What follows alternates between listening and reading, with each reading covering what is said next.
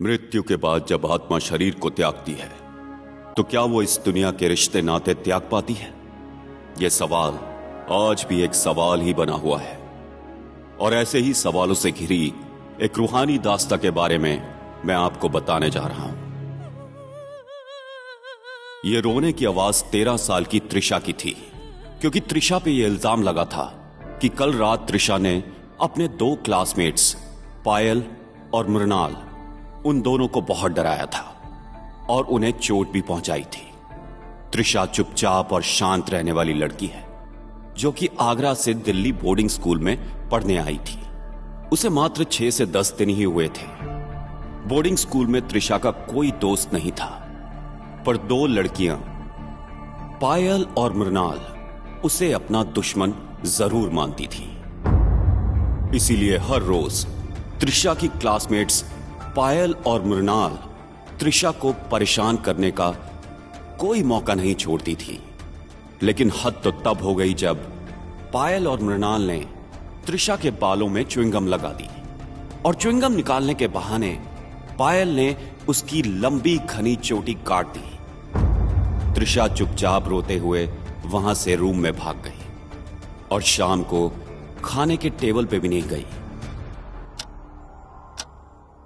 रात 11 बजे के आसपास जब सब सो रहे थे, पायल का ब्लैंकेट अपने आप पायल के ऊपर से सरकने लगा। पायल ने ब्लैंकेट खींचते हुए जब करवट बदली तो किसी ने पायल की कमर पर हाथ रखा। पायल ने घबराकर करवट बदलकर जैसे ही देखा तो उसे इस अंधेरे में 2 आंखें किसी लाइट की तरह उसकी तरफ घूरती हुई दिखी। पायल हड़बड़ाकर झटके के साथ सीधा बेड से नीचे उतरी तो वहां कोई नहीं था।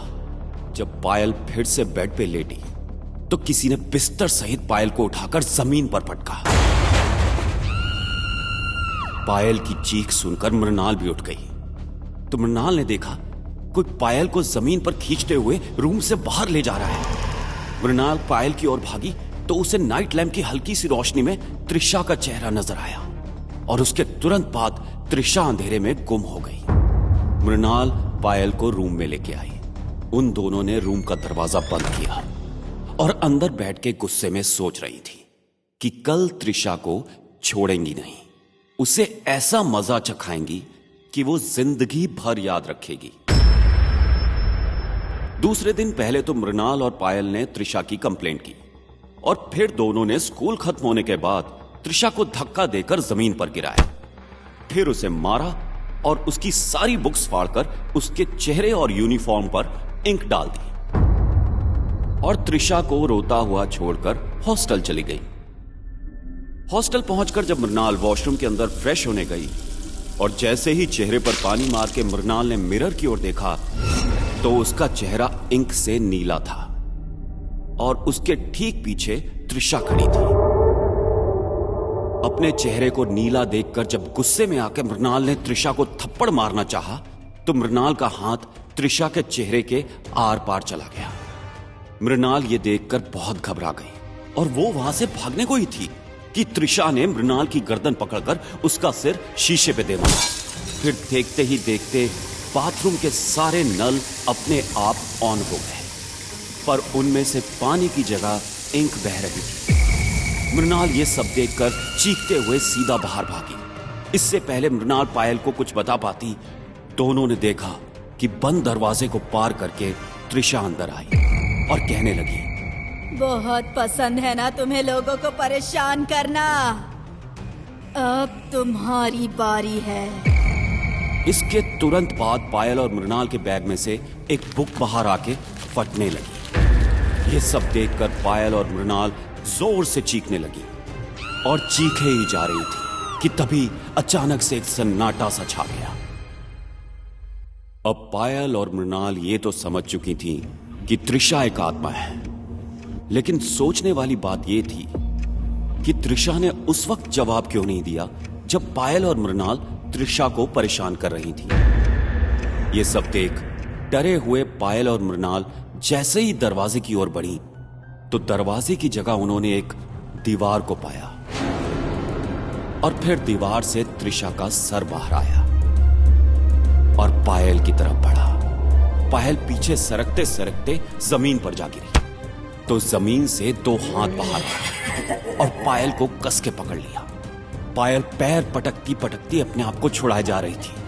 तभी अचानक से रूम का शीशा अपने आप धड़ाम से टूटा और उसका कांच हवा में उछलते हुए मृणाल की ओर आया और मृणाल के पैरों को चीरता हुआ आर पार हो गया। मृणाल भी पायल के साथ वहीं जमीन पर गिर पड़ी। दोनों दर्द से कर्रा रही थी कि अचानक पूरा रूम जोर जोर से इस तरह हिलने लगा जैसे मानो भूकंप आ गया हो और रूम की छत धीरे धीरे टूटकर गिरने लगी। तभी अचानक दरवाजा खोल के त्रिशा अंदर आई। पायल और मृणाल ने देखा कि उनके सामने त्रिशा खड़ी थी। अगर त्रिशा अब आई है तो पहले कौन थी?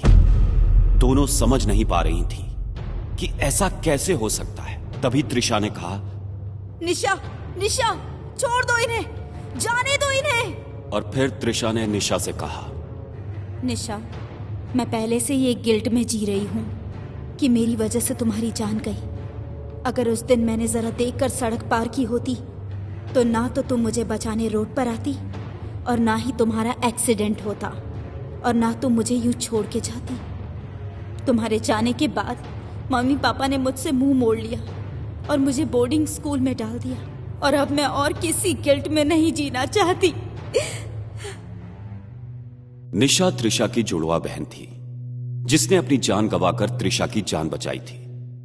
त्रिशा की बात सुनकर निशा ने सब कुछ वहीं पर रोक दिया।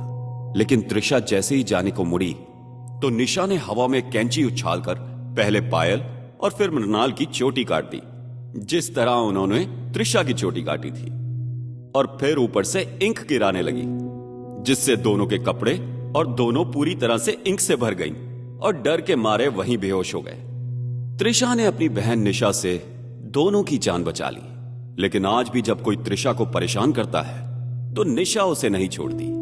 निशा ने जीते जी भी त्रिशा की जान बचाई थी और मरने के बाद भी उसे हर वक्त प्रोटेक्ट करती है। शायद इसी को जुड़वा बहनों का प्यार कहते हैं।